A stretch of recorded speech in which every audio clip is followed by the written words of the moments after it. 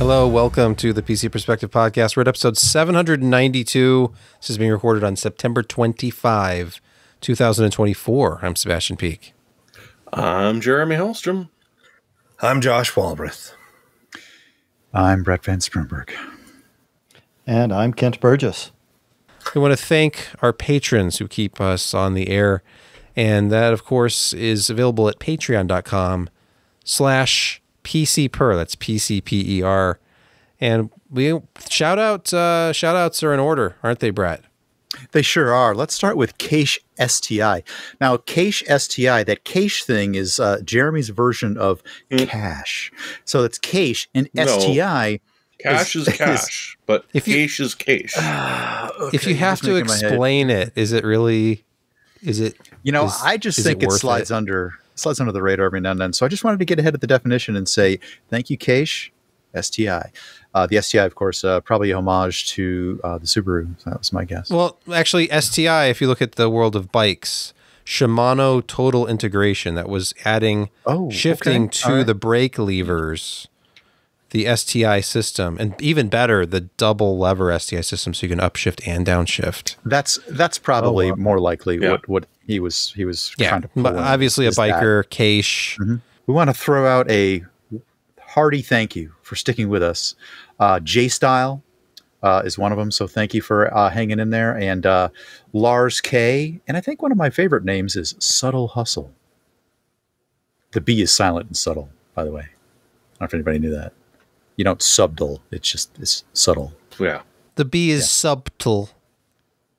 You could do that, I guess. But yeah, thank you. Thank you for sticking with us. Appreciate it very much. Absolutely. Before we move to the most important segment of the week, I just wanted to address the recent controversy. As you probably know, famous YouTube tech person MKBHD, Marquez Brownlee, decided to release an app of wallpaper for $11.99 a month that also, tracks you. And one of the wallpapers is literally just plain orange. And I was thinking about this because Josh, on your screen right now, is there or is there not just plain orange? Just for There's no, it's like I go to Google and I do orange background dark, and then it gives me a whole bunch of backgrounds, and I click on it twice to make all the backgrounds. So there's a wide variety of dark orange backgrounds that are illuminating me rather than just plain white or blue or whatever. And so it gives a little bit more subtle tone in my face. Do you pay for this service, this weekly background? Oddly enough, would you like to start paying for it? Because it's $50 a year or $11.99 a month. Yeah. So what I was thinking was before we go on that bright shade. Before we go on to the burger segment, in paraphrasing MKBHD himself from a few years ago, number one rule of the internet: never pay for anything that's already free. And we used to give away the burger segment, and those days are gone because now it's behind a paywall. It's $11.99 a month or $50 a year to look at Josh's Burger of the Week. And it's a mildly invasive ad-supported app that you need to install. And it's called JBKHD. So Josh's Burger King HD. If you want to know what it stands for. Minimum of location on track while using. That's and I can use your camera at any time. Yes. Or microphone. Yeah, Josh.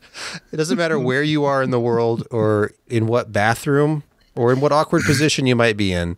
Josh can just turn on the camera, front and rear facing, and he will find you.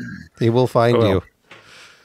Josh, are you ready for the food segment? The food with Josh segment. Yeah. It was a sad day because I took the day off for a variety of reasons. I got to burn, about 90 hours of work, vacation time where I lose it. So I took today off and tomorrow off and Friday, and I thought, I'm just gonna go down and sit at Born in the Barn and enjoy a burger, and I'm going to have a beer because I don't have to go back to work, and I'm just going to enjoy myself down there. And it was closed. They went on a staff retreat. So there was no born in a barn. Oof. But you know what? I was already downtown. And it's not like downtown is very far away from my house. It's like 4 blocks, so it's not a big deal. Went to a place called Altitude. And they actually have a reasonable burger selection, and they even had a burger special today. The Santa Fe burger. Santa Fe burger is guacamole, fried jalapenos. You've got onions, tomatoes, finely chopped, all on top of some jack cheese. So it was a reasonable burger, and the fries were perfectly done. They were nice. I mean, I didn't touch the ranch. Who gives ranch? I don't get it. Yeah. I did have to get some Tabasco sauce because it was just not very spicy. But otherwise, it was a nicely done burger. Presentation was excellent. And, not as filling as the Born in the Barn, but it's pretty close. So, yes, pepper jack cheese, guacamole, fried jalapenos, lettuce, tomato, chopped onions, guac. It was a solid burger. I was pleased, and I had 2 beers, an Oktoberfest and a chili ale, and then I went home, and then I took a nap because why not? It's my day off, and now I'm here. Where's your beer now, though? Where's your beer now, though? I have to drive to Denver tomorrow, and Denver traffic has become absolutely awful. And the last thing I want to do is even have a hint of a hangover or being slightly off the ball, because I hate driving down there. I hate it. So Altitude really came through. They rose to the occasion. Yeah, they saved the day. Yeah, it was. Our top story tonight in PCPer News is something that came out just after we podcasted last week. Qualcomm has apparently approached Intel about a takeover. This was being recorded by the Wall Street Journal. Reuters picked up the report, and everybody else has weighed in on this at this point. There's all sorts of op-ed pieces about why this is never going to happen. This is a bad idea. I was looking at some chart at a different site, but Qualcomm apparently is doing better financially than Intel, so they think that this is the time to just go in and take over. Lenovo buying IBM would be more believable and also odd. Yeah. So what do you think? Josh, you think this is going to happen? No. Oh. I wonder what would happen if Qualcomm bought Intel. They would have the x86 license. So would they make x86? I don't see where they get the money for it. I mean, Qualcomm's worth, a good chunk of money, but Intel stock is down. Their market cap is going to be down there, but still even though their fabs are subsidiaries, that's physical stuff that you actually have to buy. And that's billions and billions and billions of dollars. Billions. So I don't see how that would work unless it was some really weird, stock trade. And I don't. It would be really hard. And plus, integrating those two companies, if that was what you were looking at, or just having them as kind of sister companies, one, addressing ARM, the other addressing x86, but there's just so much crossover now with laptops, and Windows and that environment and ecosystem. I just don't get it. No. It's silly. Intel has 50 billion plus in debt, while Qualcomm shows 13 billion of cash on hand. Yeah. See, that's just after peeling off Foundry. I mean, Intel's a slightly smaller company now, right? Maybe it's more affordable. Yeah, it's bite-sized fully now. owned subsidiary. Oh, okay. Well, as Seeking Alpha is reporting here, Apollo Global Management has considered investing as much as $5 billion in Intel. Yeah, the Department of Defense just gave Intel, $3 billion? Yeah, but that's nothing. They have $50 billion in debt. Yeah. It's like the sinking ship. Stress them. There's a huge gaping hole in your ship. But you've got like a teacup, and you're just gonna, you're gonna bail it out. It's never gonna happen. Stop trying. No. Intel, they don't have to do anything. They don't have to sell. They can stand pat. Get it? No pun intended. Stand pat. Because of the CEO. Because they have new products. You have to explain it, by the way. Oh, you're right. Okay. The new products are going to save the company because they're compelling, right? Let's look at videocards.com. Our next story is about the Core Ultra 200V Lunar Lake laptop review roundup. Always go to videocards.com whenever a new product hits because they will do hot links right over to those places. We're often on the list, but we weren't sampled any of these mobile parts, so we're not on it this time. Okay, here's Notebook Check. Excellent everyday laptop with Intel Lunar Lake. It sounds like they delivered really good battery life and really good graphics performance. The CPU wasn't as compelling. This ZenBook S14 with the Core Ultra 7 258V multi-core score in Cinebench 2024 was 602 points. And then right above that is a Snapdragon 8 core result at 661. Okay, so the Snapdragon X Elite is still at the top of the list. There's a Yoga Slim 7X with 984 points in this test. So in some of the testing I was looking at, it was closer than that, but it's never at the top. But it did well in battery life, and it did extremely well in integrated graphics. PC Mark was pretty good. Ada. This is not the review I thought I was going to be looking at. I think the link changed from this morning. Let me go back to, Intel Lunar Lake CPU analysis. That's the one I wanted. So they call the Core Ultra 7 multi-core performance disappointing. It's not the one to showcase the very best in synthetic multi-threaded benchmarks, but... Well, it's not what it's for. Right. I want to see these battery life tests. Because let's be real, running Cinebench on a laptop, a slim laptop, is not a realistic scenario. It's a great way to kill... It's a great way to kill 11th gen Intel processors, by the way. That's how I killed one here.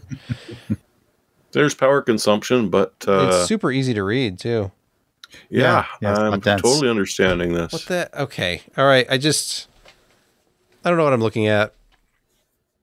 I think the overall consensus was that battery life is good, multi-threaded performance could be a lot better, and if you're relying on Geekbench for single-threaded results, then nothing will ever be faster than an Apple. The iPhone 7 probably has faster single-threaded performance according to Geekbench. And that's not an exaggeration. I saw the M3 eating a lot of lunch on those charts, by the way. Just saying. Yeah, but that's Apple ecosystem. I think this is more, sure. Apples to apples. So Windows. It's probably one of the most competitive chips that Intel has released in the mobile market for these low power things in an x86. And I think it's a reasonable design. And, it may not produce as well as like the Apple M3 and some synthetics. And it even falls down a little bit, against the Qualcomm at that top end, but it's still pretty good. And you're going to have all day, literally 18 plus hours of battery life with reasonable performance in regular workloads. If you're going to do Cinebench multi-thread all day long, you're doomed. But who does that? Working on a Word document, using SharePoint, having an internet connection, maybe streaming a couple of hours of YouTube, it's going to do perfectly fine. And it seems like it's a solid part. The graphics are decent. The XE2 looks like it competes well against AMD and their built-in Radeon stuff. And it's probably a step up from what Apple and Qualcomm have, and especially in terms of compatibility, if you actually want to do any kind of 3D gaming. So, it's overall a positive introduction and a solid product. And, they've done a lot of really good things. And I think that packaging the memory is in terms of cost and space and complexity, I think it works well for them. It's a very focused part. So, congrats to Intel. It's a solid introduction to a next generation mobile part. Finally found a good chart here. This is battery life testing using the PC Mark Modern Office test and controlled backlighting. This is, Ryan always used to test, I think, at 180 nits. I don't remember exactly anymore, but this is 200 nits, so right in that neighborhood. It's not overly bright.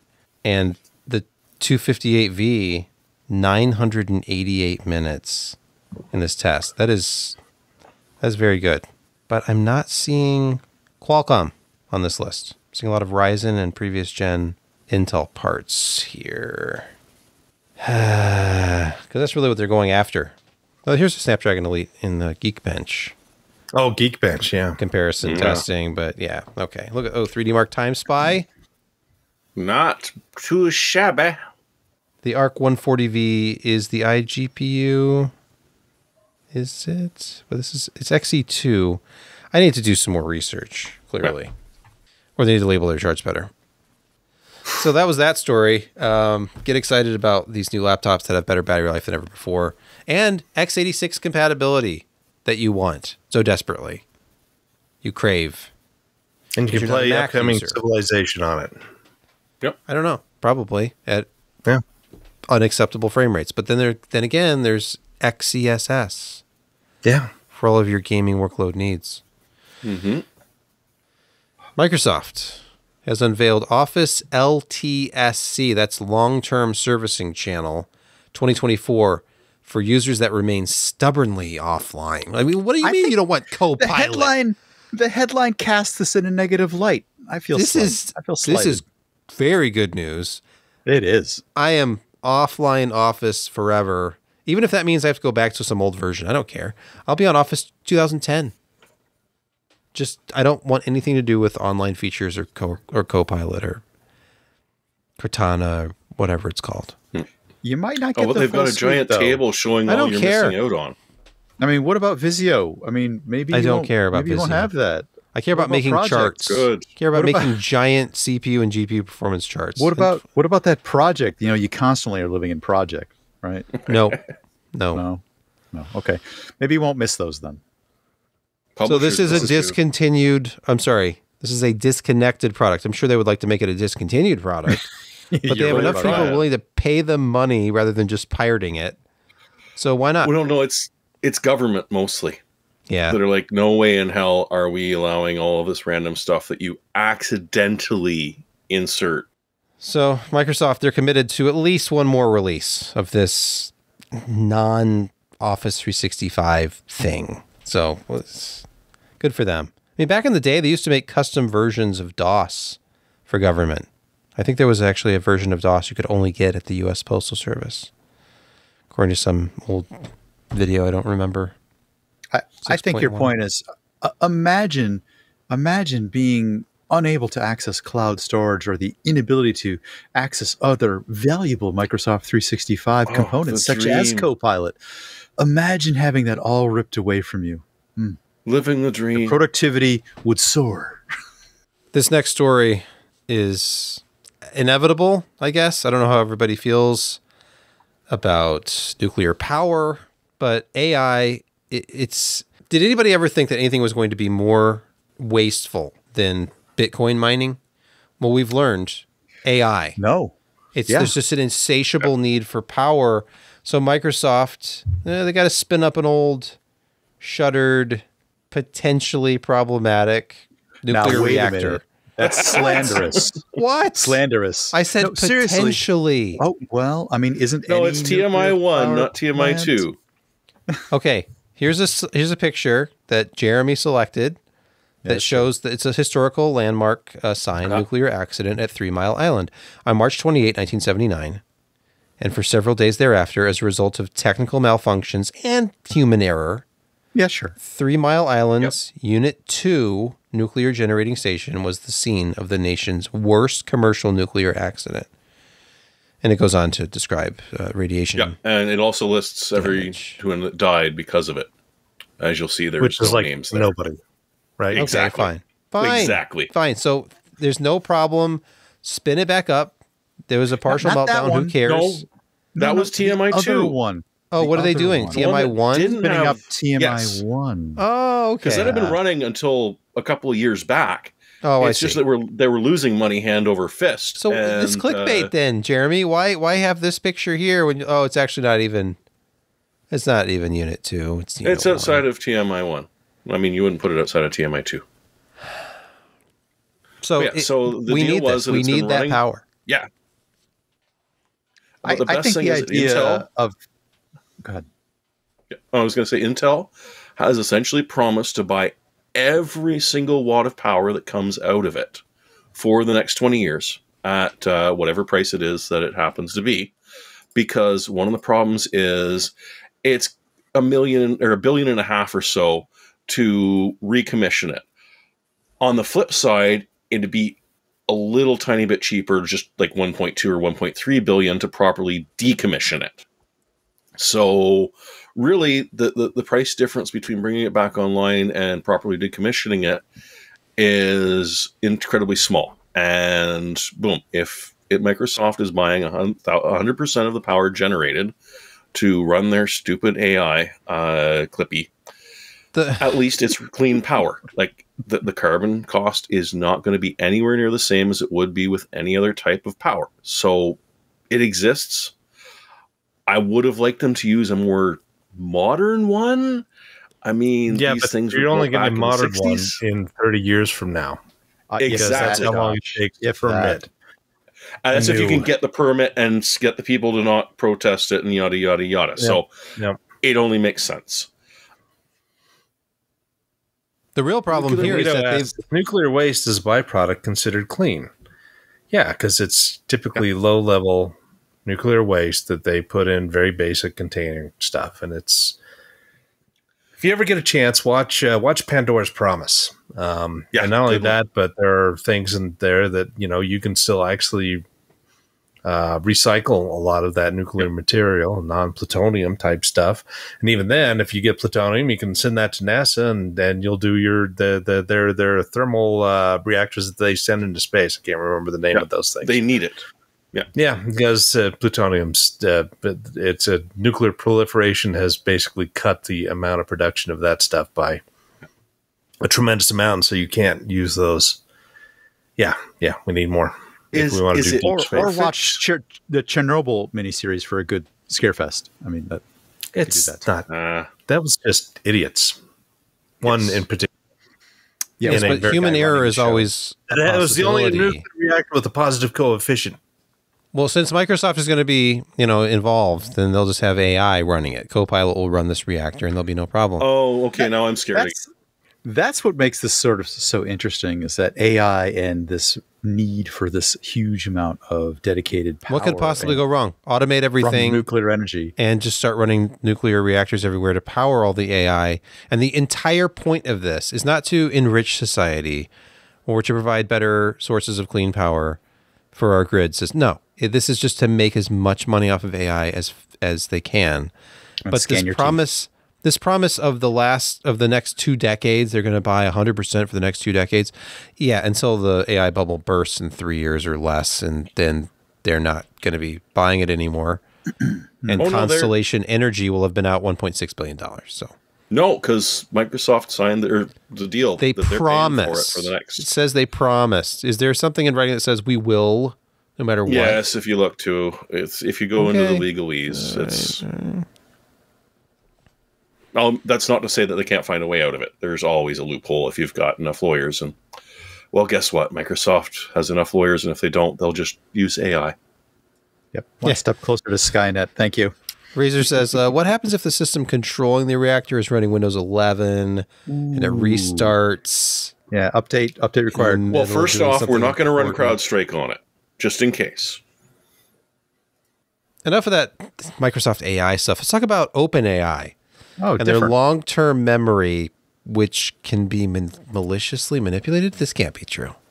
Yeah, it's a new feature they've got where you can, after having, conversations or questions with ChatGPT, it'll ask if you want to save this to long-term memory, right? So that it remembers that this is sort of what you've asked in the past, that this is the level of understanding you've displayed, this is your particular biases, that sort of thing. But a security researcher, as you would expect, is like, yeah, that doesn't sound like we could manipulate it at all. And played around with it and totally found a way that he could get into someone else's OpenAI and change these long-term memories without the user being particularly notified, unless they put a bunch of flags on to say, hi, a new long-term memory has been written to your AI session. And so we reached out to OpenAI to say, hey, this is definitely a problem. And they said, well, it's not really a security concern. It's maybe a little bit of a safety concern, but we're not going to do crap about it. So he did a proof of concept and convinced a certain instance that he was a 102-year-old flat earther that lived in the Matrix. And essentially that any questions asked were going to make the assumption that, yes, you were a 102-year-old person who believes in the earth is flat and lives in the Matrix, which changes the answers you get a little bit. That the biases switch towards you want that sort of an answer, or at least the idea is like, well, an answer he'd like would resemble this, so this is what we're going to provide. OpenAI realized, yeah, that could actually be a problem, and all this bad press is not doing us wonders, so we're going to see what we can do about fixing this. Good news is you can't easily pull this off, but you definitely can. And especially if you can inject it into a locally stored one, or you can store it in Google Docs, essentially. So if someone modifies it there, and you don't have it set to tell you anytime a long-term memory has been modified, well, next thing you know, you could get some really strange answers from your AI that's got a couple of new assumptions about you and your lifestyle. Our next news story, iFixit has an article about hot wiring your iPhone 16. That's right. If you want to replace the battery yourself, there's some very important information you need to know about the adhesive they're using these days, and it requires electricity to remove the adhesive. Please. I'm sorry, what? Please explain this to me. So Apple, their official repair manual. Here is an actual, this is a 9-volt battery, and the leads are connected to either side of this plate that you have to remove to get the battery off. And you have to put 9 volts of power through the adhesive for 90 seconds to get it off. Difficult to huff. And that polarizes the ions? I guess. What if you do it for 94 seconds or 87? Ooh. Anodic delamination. I don't know if that's how that's pronounced. Results are not guaranteed. Anodic. Mm-hmm. And anodic delamination is a great name for a band. That actually, yes, that is. So basically, that's actually really clever. Because aluminum doesn't. I mean, it does oxidize, but it only oxidizes up to like 2 or 3 atoms thick, and then it seals it off. And then when you, that's really kind of interesting. You anodize the aluminum essentially to disable the adhesive layer, which only sticks to aluminum. But if you anodize it that anodization, that rust, so to speak, gets between the adhesive and the aluminum, right? Now, does that make it reusable? Now we're just going to put some power through it for 90 seconds. Oh, this one's only 6. Oh, 12 volt for 60 seconds. So 9 volt is a minute and a half. Yes. There you go. Okay. Look at that. And off she comes. Okay. Wow. This is actually pretty cool. Easy debonding without impressed. residues. Congratulations, Apple. That's a lot better than scraping off adhesive or like warming it up with one of those like bean bags. Until you get to shorten your battery and all of a sudden your phone You just got to use aluminum. I'm sorry, what? Oh, you mean aluminium. Yes. That's right. Welcome to Insecurity Corner, your weekly reason to drink. Dun, dun, dun. Our first story comes from Bleeping Computer Kaspersky. Remember them? Well, they deleted their own app and installed Ultra AV without warning overnight a couple nights ago. So you would wake up. Was it truly without warning? I Specifically, don't know. Exactly. It's Ultra the AV. articles They are got a lot acting of like emails. this. They got a lot of emails. And if Okay. they'd sign into their account, there'd be a big giant banner notification. And Yeah, but who reads emails from their Now- antivirus company? Those are probably in the spam folder. Remember when the U.S. government sort of kicked them out of computer systems and having a presence here in the U.S.? Kaspersky came out and said, "You will not be left unprotected. We will continue to protect you." People might have scratched their heads wondering, "Oh, how are they going to do that?" This was how. They weren't specific on how they were going to do it, but they sort of played a little, look the other way while we slide in the rabbit. So they pulled their own software off and put in somebody else's. Go ahead, Josh. I can't blame them for this. I mean, they're actually treating their customers right, because U.S. government sanctions against Russian software companies and putting them on lists, whether or not they deserved it. But they're obviously made a deal with this other group to, replace their Kaspersky, which for years was pretty solid, even though, it had that whole thing about being Russian. That until, 2.5 years ago was not a big deal. I don't know. Maybe someone in security knows a little bit more than me, but I kind of would appreciate that. What's the choice? Is I paid Kaspersky money for a product, and because the U.S. government put them on the list, suddenly I can't. They are under contract, whatever. I don't know. To you can't update it. You can't do whatever. Putting a competing brand on there that works would be. I think that's kind of treating your customers right in the really untenable situation. How about give them all their money back and let them choose their own AV? Yeah, well, good luck on that whole getting money out of Russia thing. Yeah. That, and I think they would have wanted to prorate it, and people had different subscription services. Some had a VPN service through Kaspersky that they got some other VPN thing that was installed. So there was a variety Ultra of products. AV provides quality anonymous VPN services, according to their ad. Yeah, According to their ad, just when I googled potentially it, unwanted program scanner. I think it's based on a Vera or something. It's not. look, if you look up same Ultra level. AV, it says it's Ultra AV is fast, secure, and anonymous VPN. And antivirus for the protection for family. the whole family. Get Ultra AV today. I don't need to. I'm Canadian. Because in any of you're the only Five Eyes country that kicked Kaspersky out. No one else did. We have a little bit of a thing with Russia. Yeah, you do. Well, there's that. We do We too, must but- be seen to be doing something. Yes, we skipped that Yes. part because we Okay. don't do anything. Well, what's wrong with Windows Defender? I mean, when they bought that from, what was it, Nothing. Giant had the program that Microsoft bought. Yeah, I can't remember what they're called. It's good. There's no question. Well, Josh is a little mad at it right now, but that's Well, but understandable. everything missed that exploit, it seems.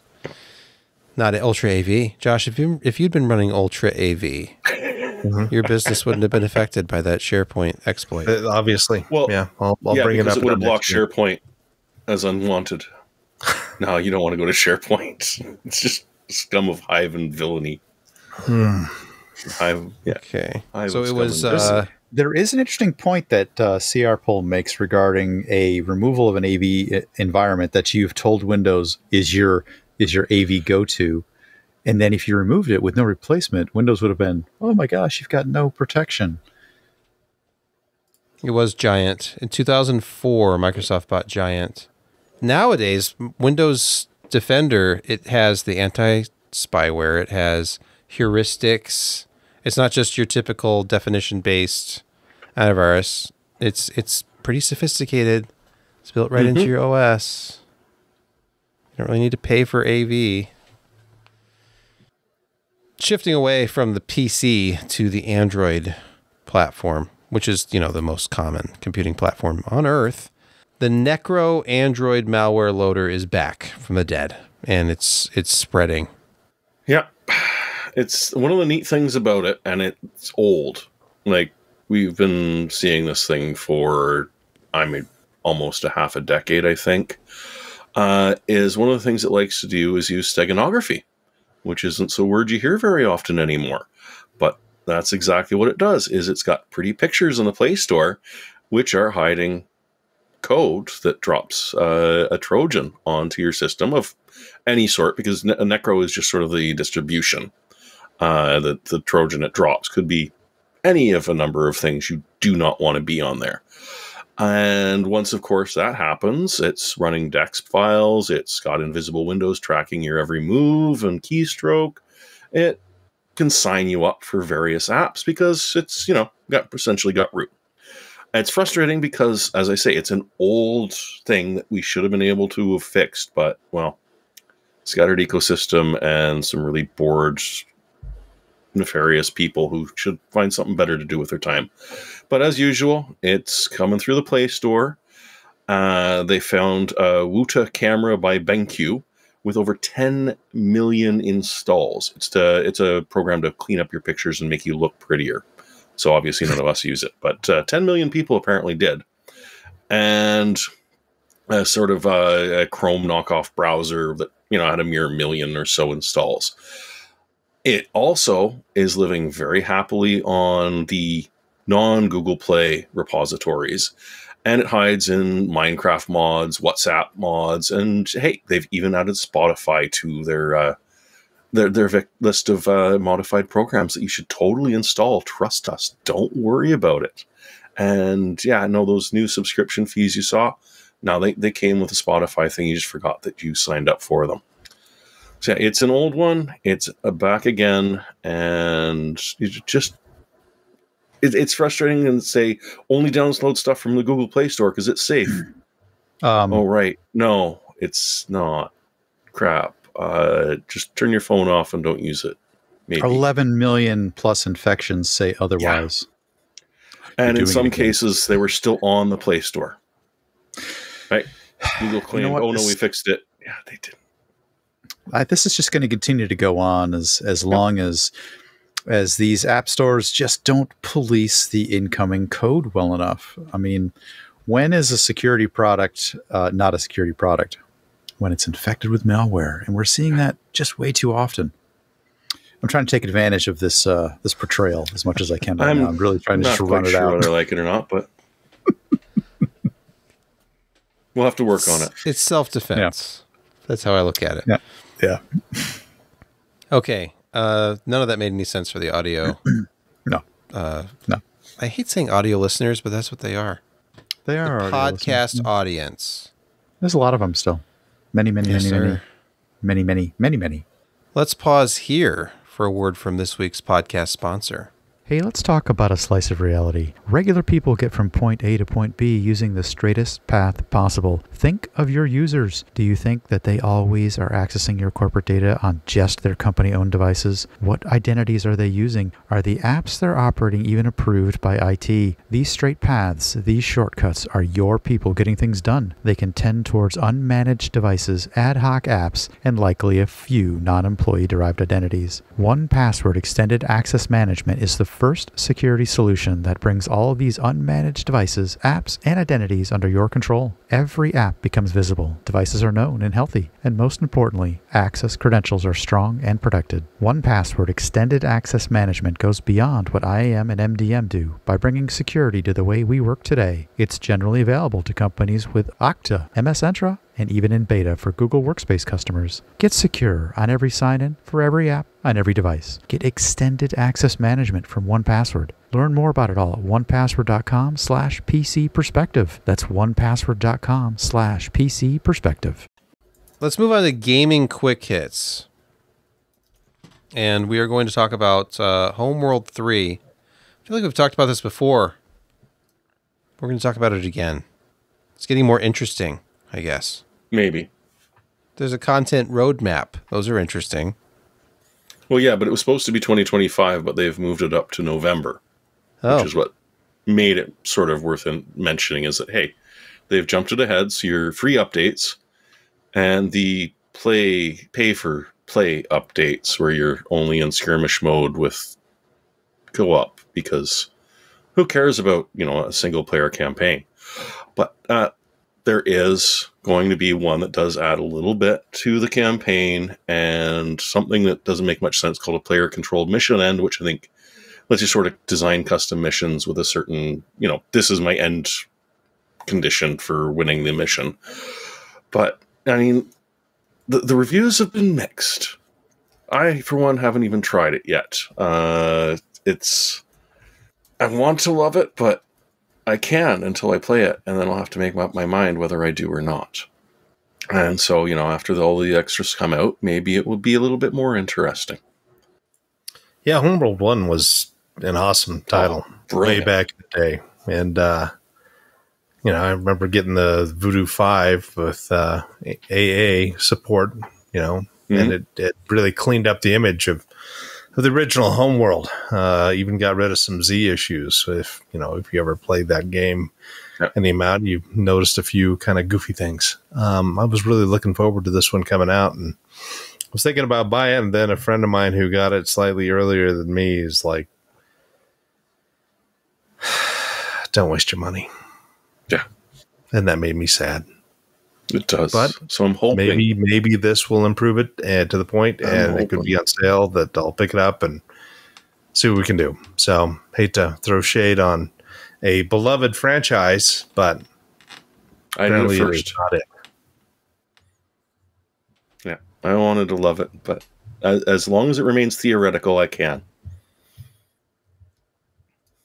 Speaking of a beloved franchise, Xbox. People have loved it for decades now. And we have to report that Xbox Game Pass mobile app is shutting down. It's gone. No. So if you're playing on mobile, it's going away. Well, they're pulling the functionality into the main app, so I don't know what features. Also, I can still get my game bar to get my full performance. Yeah, I think that's probably true. All right, nobody cares about the mobile anyway. Time Crisis is coming to modern TVs through an AI-powered light gun device. Wait, light guns work on modern TVs? No, they don't. That's part of the problem. Is that you never could get some of these sort of active... Duck Hunt. It just wouldn't work. Yes, exactly. They only worked on these CRTs. Where because CRTs are better in every way. They are in many ways. These sort of games only work there. Time Crisis is a great example of one. But this company, it's called like Gamey, or as the device is called like Game G-A-I-M-E. How would you pronounce it? Game? I don't know, but it's the world's first AI-powered plug-and-play gun for modern TVs. Yes, from Deschine Electronics. And it's all in Chinese, or is this Japanese? Well, is that pronounced Time? It could be. Japanese. Well, I don't know. They debuted at the Tokyo Game Show very, very recently, and they're definitely looking like they're going to be bringing the old Time Crisis to any LCD panel that you can run it on. So this is potentially a game changer for those old shooter games. Is this any different from a sensor bar from a Nintendo Wii? No. I don't know. But yes. Maybe. Same, but different. All I really have to say is AI-powered plug-and-play gun just doesn't sound slippery slope.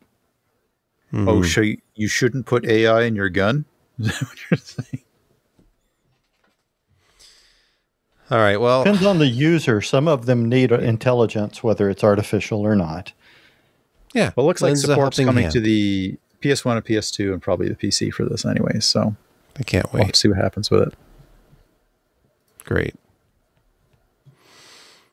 Kent, you have been very quiet throughout the podcast, but now the time has come. I've been saving myself.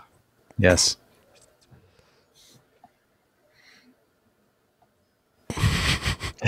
Can't think of anything. Well, it's time to talk about the Fractal Era 2 mini-ITX case. And I don't want to spoil anything, but as I was reading your review and putting it into the system, you're effusive. You were almost gushing about this enclosure. Yeah. Which does also feature wood. Yes, it does. You know. The Era 2 replaces the original Era, which came out in 2020. And much like the rest of that year, it was very disappointing. It was a beautiful case, but it suffered from very poor airflow. And so systems put in it would just overheat, especially the GPU. That is not the case with this system. Fractal really made a lot of changes to the case. It really is an entirely different case with just some similar design language. It is absolutely, as I state in the opening paragraph, if this isn't the most beautiful computer enclosure I've ever seen, it's one of the top 3 or 4. It is absolutely gorgeous, especially the blue and the sample I got, just fantastic. So if you're looking for something that you can feel pretty happy about putting in a living room or a really nice office, you could do that with this case. It is a work of art. The outer shell, it's not a one-piece outer shell. It's still 4 pieces, front, back, side, but the side panels and the front and back are all attached together. The seam is very thin, very high-quality assembly. That whole shell just slides off. You access the inner frame for your small form factor assembly. They've gone from a single-sided motherboard assembly to a sandwich style, which allows for a separation of the CPU and the GPU sort of into different chambers in a way. Allows for better cooling. I will say the assembly, I ran into just some issues. They're not huge. They're not game breaking. All small form factor cases I've built in, you run into challenges. It's just the nature of the beast, trying to fit so much into such a small enclosure. The space between the power supply and the motherboard was pretty tight. So fitting the 24 pin in there, plus the USB 3 and USB-C headers, it was problematic. Now, neither of the the SFF power supplies that I was using had a very long 24 pin. They do offer an alternate routing of the 24 pin. If your cable's long enough, you could run it around the bottom and up, and that would have alleviated a lot of the issues. So power supply selection is very important in this. After getting the build done, which really that was the biggest issue, was just the cable management through that area. Otherwise, it was as easy to build in as any ITX system I've done. I really like the opening at the front of the frame where you can slide a large graphics card through that opening to install it. This will accept very large graphics cards. That's the cooler for a 4080 there as an example. The 4090 Tough that I have would not fit, but the 4080 Founders Edition fit just fine and had a little room to spare. Once you get it in everything built, I looked at it and I thought, yes, they've improved the airflow. I feel like this is probably going to be maybe a middle of the road performer. I was wrong. I was so wrong that when I initially ran my test, I started looking at the numbers and I thought these can't be right. And so I ran the tests again and verified everything, verified temperature in the room, everything. The numbers were right. All the retests came within the CPU a half degree and the GPU a full degree of the same numbers that I got. This, of the systems I have tested using this ITX test bench, the Era 2 had the best CPU temperatures. And these are on a 12600K. It's not overclocked, not undervolted. It's just at stock settings on a 55 millimeter low profile cooler, the ID Cooling IS55. These temperatures never got anywhere near to throttling on the CPU. It was really kind of astounding how cool the CPU ran in this little system.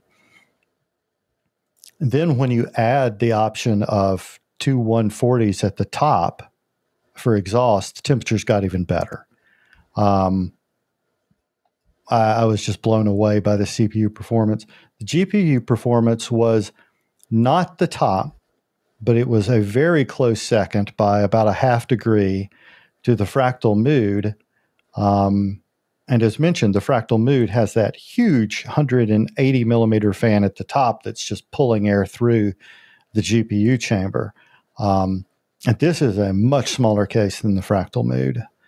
And it still was far ahead of anything else in the GPU temperature range. Just absolutely astounding performance.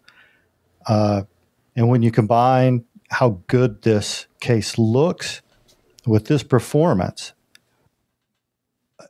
even at $199, this is not a cheap enclosure. Yes, if you really want the best performance, you can put exhaust fans in the top. There is room for an AIO or a radiator and fans at the top, so you could conceivably do a custom loop in this. I don't know that I would do an AIO in it for the CPU because I feel like the radiator would be restricting a lot of the heat from the GPU from exiting the top. So I think you would improve your CPU temps for sure, but you might harm your GPU temps just using an AIO. It would be an interesting challenge to put a custom loop in this case. I think it would be kind of cool. Since it's not got windows or anything, you could use, soft tubing. You wouldn't have to worry about the looks or colored fluid or anything, and you would have excellent performance. But I think you could build a very, very good air-cooled system in this case and just sit and look at it. It got a gold award. Fantastic case. And worth that $200 price range. Really? Oh, yeah. Mm. Yeah, the quality, I could have done a $2,500 or 2,500 word review about this case because of just some of the little details. Like on the wood panel at the top, there is actually a metal frame underneath it to keep it from warping over time and to hold it in place with magnets. But they actually have felt underneath it so that when you put it in place, it doesn't make noise. It also doesn't rattle. Just little details in there. They really went the extra mile on this, and it shows. Kent, I have to say, you've been, I don't want to say notoriously, but I'll use that word, notoriously difficult, giving cases a difficult time. You've definitely found everything that could possibly go wrong with a case, and some things that just, like, this might happen, has been an issue in your mind. So this is really high praise coming from you. Just want to put it in perspective for people. Because that's what this is, PC perspective. Okay. Yeah. Yes. Yeah. See how I brought that back? Brought it home? Thanks. Brought it home. Thanks, Mr. Apple. Yeah. Thanks, Dad. Thanks, Dad. Looks nice in this charcoal color. The charcoal looks nice. I've seen some photos of the silver, and the silver looks amazing as well. Yeah. But yeah, this blue, there's something about it. It is a magnificent color. and the photos don't even do it justice. It's got sort of that matte finish, but there's still a metallic, like almost a metal flake in the color, despite the matte finish. Yeah. Is it starting to shimmer? Is it starting to shake? Oh, yeah. Is it starting to shimmer and shake? It kind of looks, at first I was getting like Falcon Northwest Tiki vibes, but it does look a little bit whiter than that. But it has kind of that old school custom paint look to it in this blue. Yeah. This color really blew me away. Oh. Do you have any, Sebastian, you were going through the pictures. Do you have any the ones from the sort of aluminum look one? Like I do, but for some reason the Fractal site is being extremely slow on this laptop. Let me go back there. I suspect those would look really good. This does look very nice in this white / aluminum color. Oh, look at it's probably pretty close to the same color as like the Fractal Terra in silver. Yeah, this looks very nice. Fractal's kind of knocking it out of the park with their case designs in recent years. Your significant other would probably not kick this out of the living room if you wanted to kind of. They wouldn't kick it out of bed for eating crackers. Is that what you're saying? That's not what I said, but it is what I meant. Okay. All right. Well, that was an example of a Fractal product that might be a little bit pricey on the premium side, but worth it, according to Kent. And now, to introduce this next product, I will say that it starts at a price tag that is 3 times more than that case, and it just goes up from there. And that is Fractal's Refine. It also contains a lot less wood.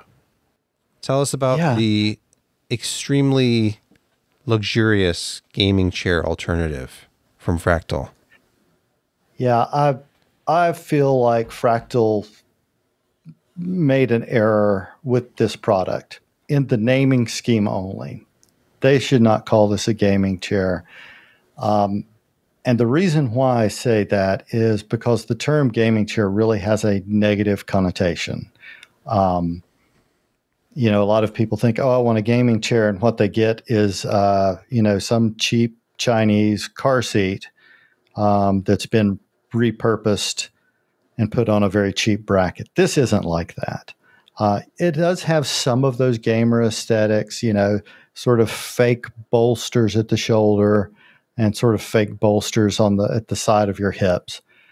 But this really is more like an ergonomic office chair. It is very high quality. The model that I received was the mesh. Like mesh, it stayed very cool. As far as the comfort goes, it was extremely comfortable. Basically my overall point on this chair was that for office work or gaming, any application where you are sitting at your desk using a mouse and keyboard, typing, whatever, this chair was fantastic. The arms on this chair, I was actually able to get the arms in a better, more comfortable position for myself than any other office chair I've ever tried. They have a very wide range of motion, front to back, side to side, and angle. They're very comfortable. The back support was very nice. The seating position is very upright.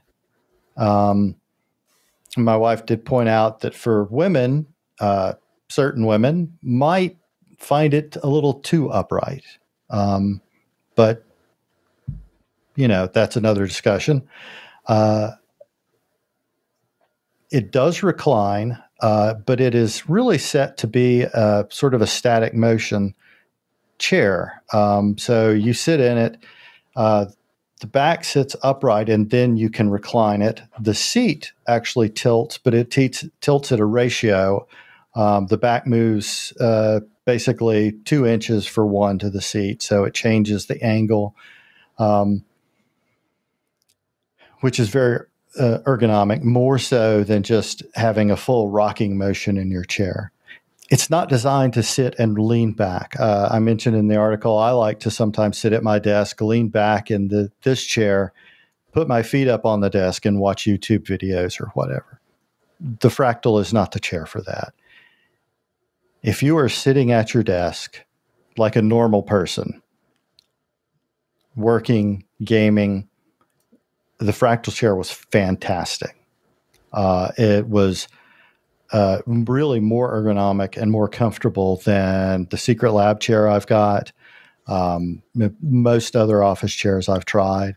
The build quality on it was very, very good. There was only one noise really from it. Most chairs, even high dollar Secret Lab chairs, they have some noises when you recline. This did have a noise when you recline. It was sort of a popping noise, and it came from the lumbar support.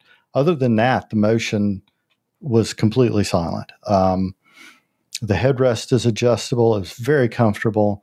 I recommend the chair if that is your use case. If you're using it in an office environment or for gaming or sitting in a very supported, ergonomic, upright fashion, this is a great chair.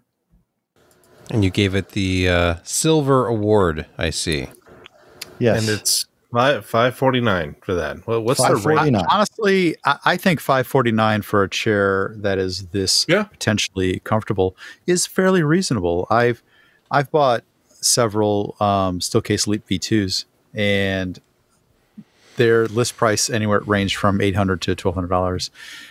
There's no price you can put on your comfort after you have spent programmer's hours in chairs or sysop or whatever, or really long gaming sessions, to be honest with you.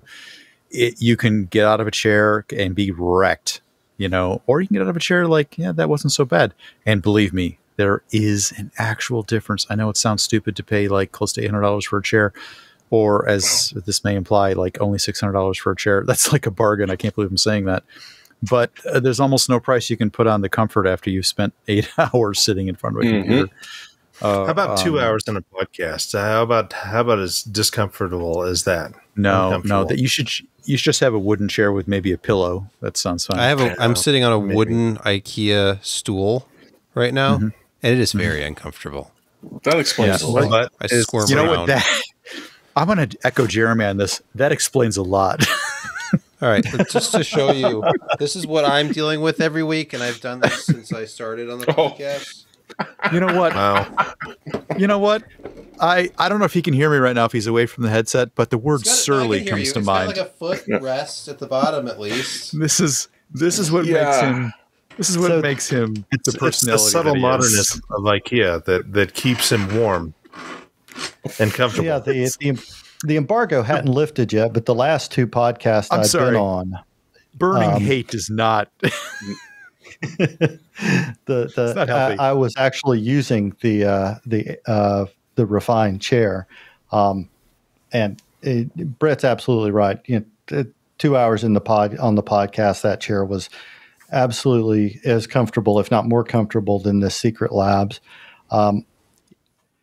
If it weren't for my more casual uses of my office chair, I would have switched without question. My wife has confiscated the Refine at this point. Okay. I was wondering. Yeah. I think it's time for picks of the week. Josh, please get us started. I've actually got an anti-pick of the week, because if you went online trying to find certain AMD processors, AM5, you were greeted with either no stock or prices such as this that you would get from China. So, for example, a 7800 X3D that is all black. What happened here? Apparently it's a CL blackout. No, we're doing it live. Dang it. Oh, there it is. It was there. And then the laptop just turned off. Big reveal. Okay, $650, and it comes from China. And but if you look, this is from China. It's a third party, so but it says it's shipped by Newegg. Yeah, no, it's not. They're sitting in Newegg's warehouse, sold by Seni Tech, but shipped by Newegg. So I have no idea what that means, but it's fulfilled by Newegg. They're sitting in Newegg's warehouse, and they're just letting Senitech charged $649.99. I'm thinking of Maybe It's that grabbing Senate limited just time buys- offer that's the real kicker. Yeah, you only have 3 I don't hours. have an Sorry. AM5 board. I don't even have an AM5 board. I'm thinking of grabbing. Well, you won't be this. able to afford one after spending $650 on a 7800 X3D. I can't wait to get this. So, like, Micro Center down in Denver has like 2 CPUs of this, and they're at full retail price because I don't know what happened to AMD's shipping and their. I don't know. I mean, yeah, we've got the 9000 series out, but they're still selling the 5000 series. Other ones like the 7900X, just the regular 7900X, is available for less than $300. It seems like these X3D ones are really, really in short supply, even on the AM4. 5800 X3D is now essentially kind of disappeared as well. It's not great if you want one of these kind of, gaming focused CPUs with 6 to 8 cores and 12 to 16 threads. So something's funky. Yeah, look, $500 for a 5800 X3D, and it's special shipping. Yeah. Anyway, but yeah, it's not great. I would expect in a couple of weeks to see a little bit better availability, but we don't really have any explanations from partners about why we are seeing such a dearth of certain CPUs. Because at the end of the summer, you could pick up a 7800 X3D for like $325. I think it was through July and August that they had that kind of constant sale. And looking back, I should have just grabbed one for, whatever AM5 testing we may have coming. But foolishly, I thought with the release of the 9000 series, some of the 7000 would go down in price. And that hasn't happened. So no, don't actually pick up this part. Don't buy it. Just wait and see what happens. I did read or get today a 9600X. I don't know. I did read today that they had initially planned on the 9000 X3Ds coming in first quarter next year, but they are apparently rushing the 9800 X3D for maybe October or November release. And I think that possibly has to do with the very low adoption rate 9000 series is having at this point. Those are generous words to say that. I think that given the proximity between these two products, that maybe they're just ramping up production of the 9800 X3D, and there's just not. I mean, the 7800 X3D served its purpose. It's out there on all the charts, all the tech tubers and traditional outlets sing its praises. It's a fantastic gaming chip. But AMD would prefer if you buy a 9000 series processor at this point, I think. Yeah, they prefer a lot of things. Because these prices are not current production prices. This is out of print, and now we're going to start jacking up the prices until it's irrelevant. And then someday you'll find them for less on eBay. But I was with Josh. I was thinking, man, every time I look, it's cheaper. It's like $330. I'll wait till it goes down to like $299 or something. Oh, you should have bought it $330. I know I should have bought it $330. I'm not going to buy it yet. And now look at it. Yeah, there was a period of time where it was the same price as a 5800 X3D. Right. Mm-hmm. Okay. Jeremy, your pick this week is the future of kitchen data storage, something that we all need to, deal with. You have a kitchen storage gap right now, and thanks to the Data Toaster 3000 and a little bit of work, you can solve this issue. Please note that it's not compatible with all storage media. Definitely not white bread or wheat bread, but 3.5-inch drives, absolutely fine. Essentially, someone has figured out a way. They took a relatively inexpensive toaster, they shucked the insides, and with the help of a Zima board and a couple of 3D printed parts, have turned it into network attached storage that just looks absolutely hilarious or brilliant, or both, depending on your tastes. No, I love this. It's just lovely. And much like the dial on your toaster, the dial does almost nothing except change the color of the light on the front. That must be what the 100 ohm resistor call out part was for. Yes, it was. You know, that you metal. do have to unplug it before you stick a fork in it, or in this case, pop the drives out. It's not exactly hot swap here. But yeah, this is... That's what I was going to ask, if it was hot swap. Sorry, no. That would be great. It would, but I think you'd need something a little more impressive than that Zima board to do it. When can we expect the Razer version of this? I expect it will come for about $600-700, and we should be seeing it within a month or two. Fantastic. It will have flames on it. You can also get the custom order the sticker, so you can have an official Beta Toaster 3000. I want that Razer Nice. logo. Yeah. Oh, hey, up to you what you put on it. Or the toaster sticker, either one. Why not both? All right. Brett, your pick this week. I'm going to start off with these right here. I'm going to say someday these things are going to replace floppies. I mean, there's 88 megabytes on this SideQuest drive. I don't know if you guys have seen this miracle of storage. Oh, I'm sorry. This is the 200 version. This is not only, it's in an 88 case, but this is the 200 megabytes of SideQuest storage. I'm telling you. That would also fit in a toaster. I'm telling you, these things floppies are dead. There's going to be, I probably swap these. Can you around do a and see if- retrospective on whatever this is? Yeah, absolutely can.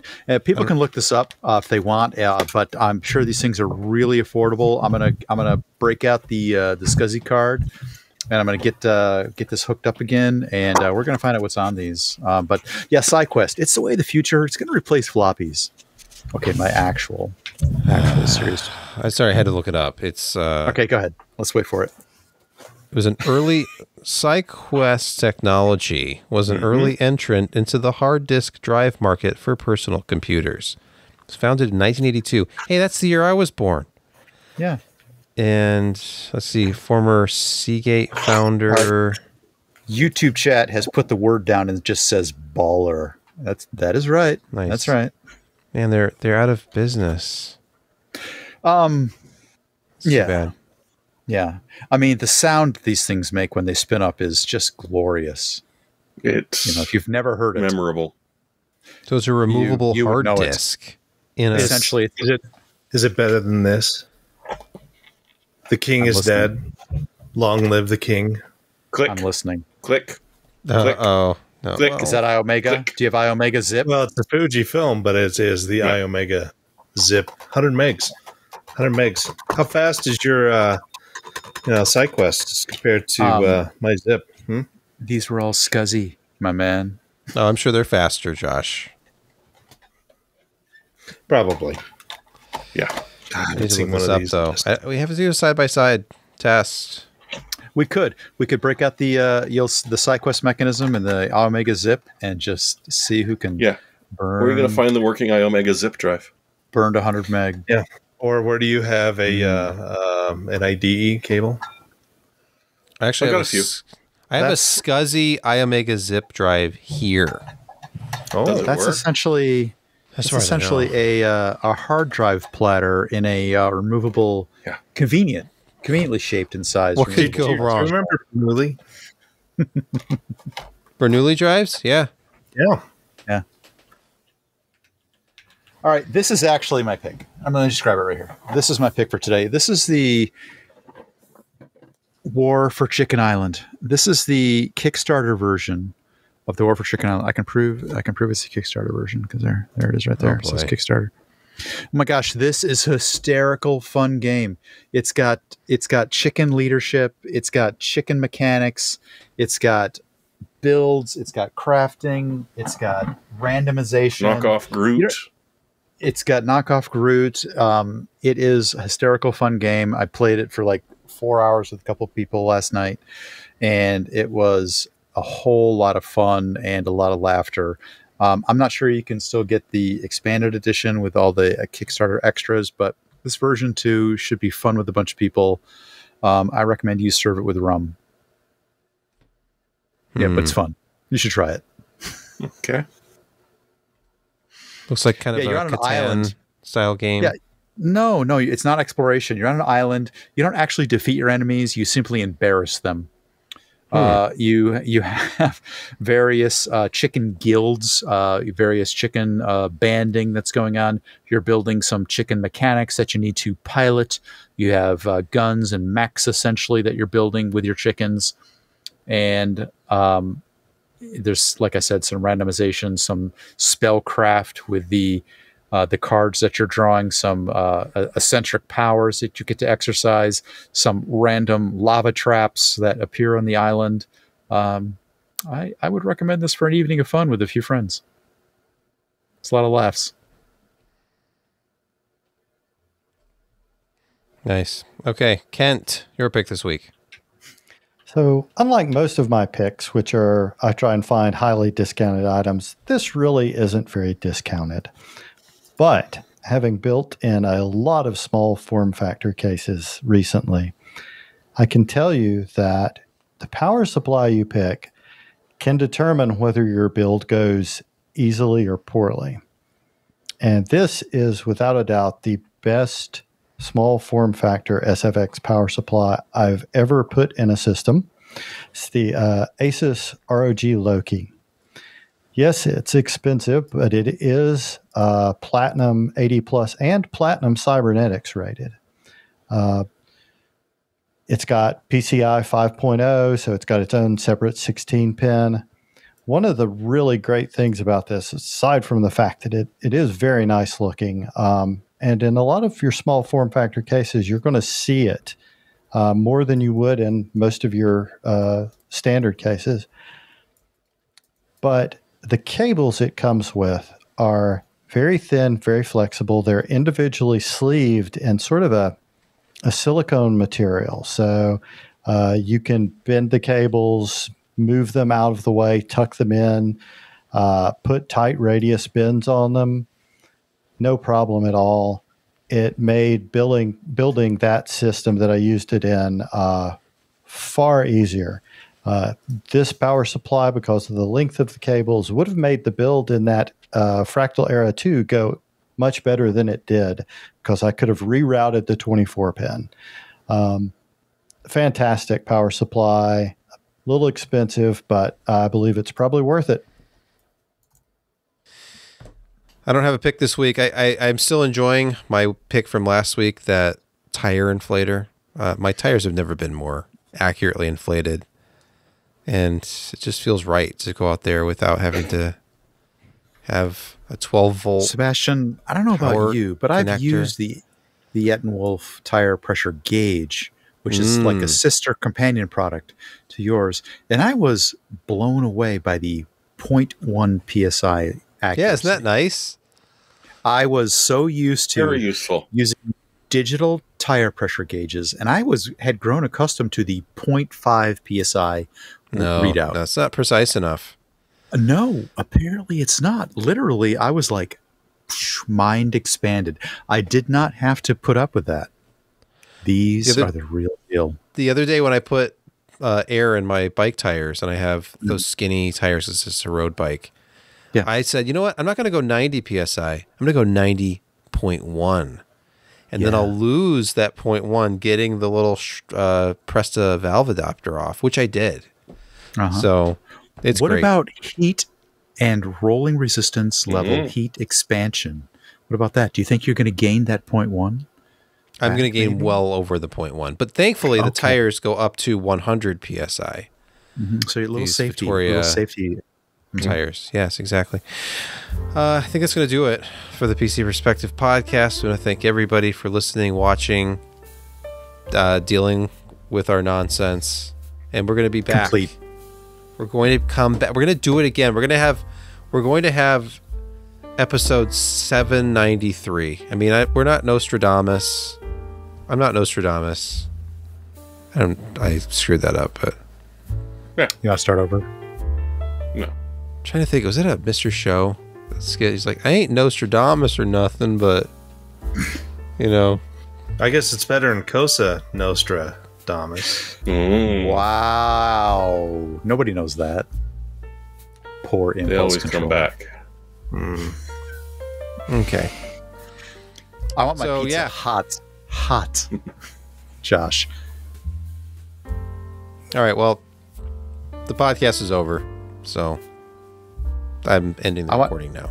Can you guarantee my pizza will be delivered in 30 minutes or less?